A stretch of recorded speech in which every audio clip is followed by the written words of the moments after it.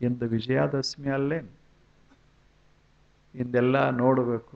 ಆ ದೃಷ್ಟಿಕೋನ ಎಷ್ಟು ಚಂದದ. ಅದು ಬಾಯಾರಿ ಬಳಲಬಾರದು ಅಂತ ನಮಗೆ ಇಚ್ಛೆ ಇದ್ರೆ ಮನಸ್ಸ ಅಲ್ಲಿ ನೀರು ಬರಬೇಕು ಅಂತ ಇಚ್ಛೆ ಇದ್ರೆ ಏನು ಮಾಡಬೇಕು ಅಂದ್ರೆ ಒಂದು ಎಲೆ ಸಹಿತ ಬಂಗಾರ ಅಂತ ನೋಡ್ಬೇಕು. ಒಂದು ಎಲೆಯ ಕೆಲಸಕ್ಕೆ ಬರದ ಎಲೆಯನ್ನ ಈ ದಿವಸ ನಾವು ಬಂಗಾರ ಅಂತ ಭಾವಿಸಬೇಕು. ಯಾಕೆ? ಎಲೆ ಇಲ್ಲ ಅಂದ್ರೆ ಜೀವನ ಇಲ್ಲ. ಬಂಗಾರ ಇಲ್ಲದೆ ಇದ್ರೆ ಬದುಕ್ತೇವೆ, ಆದರೆ ಎಲೆ ಇಲ್ಲದೆ ಇದ್ರೆ ಬದುಕುವುದಿಲ್ಲ. ಜಗತ್ತೇ ಬದುಕುವುದಿಲ್ಲ. ಎಲ್ಲ ತಯಾರ ಮಾಡೋದು ಎಲೆ, ಗಿಡಕ್ಕೆ ಅನ್ನ ಕೊಡೋದು, ಹೂವಿಗೆ ಸುಗಂಧ ತುಂಬೋದು, ಹಣ್ಣಿನಲ್ಲಿ ರಸ ತುಂಬೋದು, ಎಲ್ಲ ಮಾಡೋದು ಎಲೆ. ಇಂಥ ಎಲೆ ಅಂದ್ರೆ ಜಗತ್ತಿನಲ್ಲಿ ಬಂಗಾರ ಇದ್ದಂಗೆ. ಆ ದೃಷ್ಟಿಕೋನ ತರೋದಕ್ಕಾಗಿ ಭಾರತೀಯ ಋಷಿಗಳು ಇದೊಂದು ಮಾಡಿದರು. ಬಂಗಾರ ಅಂತ ನೋಡಿ ಅಂತ. ಯಾರೂ ಬಂಗಾರ ಕೊಡುವುದಿಲ್ಲ, ಎಲೆನೇ ಕೊಟ್ರದು ಬಂಗಾರ. ಎಲೆಯನ್ನೇ ಕೊಟ್ಟರು ಸಹಿತ ಬಂಗಾರ ಅಂತ ಅದನ್ನು ನೋಡ್ತಾ ಇರುವ ದೃಷ್ಟಿಕೋನದಲ್ಲ, ಅದು ಮನಸ್ಸಿಗೆ ಸಂತೋಷ ಕೊಡ್ತದೆ. ಅವಾಗ ಬಾವಿ ತೆಗೆದ ಬಾವ್ಯಾಗ ನೀರು ಬರಕ್ಕೆ ಶುರುವಾಗ್ತವ. ಅದೇನು ಬಾಯಾರಿಕೆ ಆಗ್ಯದಲ್ಲ, ಅದು ತೃಪ್ತಿಯಾಗ್ತದೆ.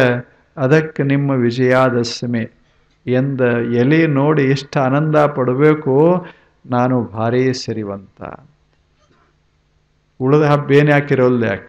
ಇದೊಂದು ಬಹಳ ದೃಷ್ಟಿಕೋನ, ಹೊಸ ದೃಷ್ಟಿಕೋನವನ್ನು ತುಂಬೋದು. ನಾವು ಯಾರೂ ಬಡವರಲ್ಲ, ನಾವು ಯಾರೂ ಬಡವರಲ್ಲ. ಯಾಕೆ? ನಮ್ಮ ಸುತ್ತ ಹಸಿರ, ಈ ಹಸಿರೇ ನಮ್ಮ ಸಂಪದ. ಅಂಥ ದೃಷ್ಟಿಕೋನ ಬಂತು ಅಂದ್ರೆ ಎಲ್ಲರೂ ಶ್ರೀಮಂತರು. ಇದು ನಿಸರ್ಗದ ಹಬ್ಬ. ಇದು ನಿಸರ್ಗದಲ್ಲಿಯೇ ಏನು ಕಾಣೋದು? ಸಂಪತ್ತನ್ನು ಕಾಣೋದು, ಸುವರ್ಣವನ ಕಾಣೋದು. ಅಂಥದ್ದು ಒಂದು ಸುಮ್ಮನೆ ಸಣ್ಣ ಗಿಡ ನಿಮ್ಮ ಹಿತ್ತಲಾಗಿತ್ತು ಅಂದರೆ ನೀವು ಸಿರಿವಂತರು. ಸಣ್ಣ ಗಿಡ, ಒಂದು ಪಪ್ಪಾಯಿ ಗಿಡ ಸುಮ್ಮನೆ ಒಂದು ವರ್ಷಕ್ಕೆ ಎಷ್ಟು ಚಂದ ಕಾಯಿಗಳನ್ನು ಬಿಡ್ತದೆ. ಅದೇ ಶ್ರೀಮಂತಿ, ಅದು ಸಂಪತ್ತು. ಅಂಥ ಸಂಪತ್ತನ್ನು ಪ್ರತಿಯೊಬ್ಬ ಅನುಭವಿಸಬೇಕು, ಪರಸ್ಪರಿಗೆ ಕೊಡಬೇಕದನ್ನು. ಅಂಥದ್ದೊಂದು ಸುಂದರ ಹಬ್ಬ ಇದು. ಎಲ್ಲರನ್ನ ಶ್ರೀಮಂತ ಮಾಡುವ ಹಬ್ಬ ಇದು. ಪ್ರತಿಯೊಬ್ಬರು ಇನ್ನೊಬ್ಬರಿಗೆ ಕೊಡ್ತಾ ಹೋಗ್ತೇವೆ, ಅದು ಶ್ರೀಮಂತ ಮಾಡೋದು. ನೀನು ಶ್ರೀಮಂತ ಆಗುವಂತ ಇವ ಕೊಡೋದು, ನೀವು ಶ್ರೀಮಂತ ಆಗ್ರಿ ಅಂತ ಅವ ಕೊಡೋದು. ಪರಸ್ಪರಂ ಭಾವಯಂತಹ ಶ್ರೇಯ ಪರಮವಾಪ್ಸ್ಯಥ. ಅವಾಗಿದು ವಿಜಯದಶಮಿ. ನೀನೂ ಶ್ರೀಮಂತ, ನಾನೂ ಶ್ರೀಮಂತ, ನಾವಿಬ್ಬರೂ ಶ್ರೀಮಂತರು. ಈ ಭಾವ ತುಂಬೋದಕ್ಕಾಗಿ ಇದೊಂದಿಷ್ಟು ಹಬ್ಬ ಇದು. ಎಂದು ಹೋಗಿ ಕೊಡ್ರಿ, ಎಲ್ಲರಿಗೂ ಒಳ್ಳೆಯದನ್ನು ಬಯಸೋದು. ಯಾರು ನಮ್ಗೂಡ ಜಗಳ ಮಾಡ್ತಾರಲ್ಲ, ಮಾಡಿರ್ತಾರೆ ಇಲ್ಲಿ ತಕ ಒಂದು ವರ್ಷದಾಗ, ಅವ್ರ ಮುಖ ನಾವು ನೋಡಿರದೆ ಇದ್ದರೂ ಚಿಂತಿಲ್ಲ. ಮೊಟ್ಟ ಮೊದಲು ಹೋಗಿ ಇದು ಬಂಗಾರ ಕೊಟ್ಟು ನೀವು ಶ್ರೀಮಂತರು, ಬಂಗಾರ ಆಗ್ರಿ ಅಂತ ಕೊಟ್ಟು ಬಿಡೋದು.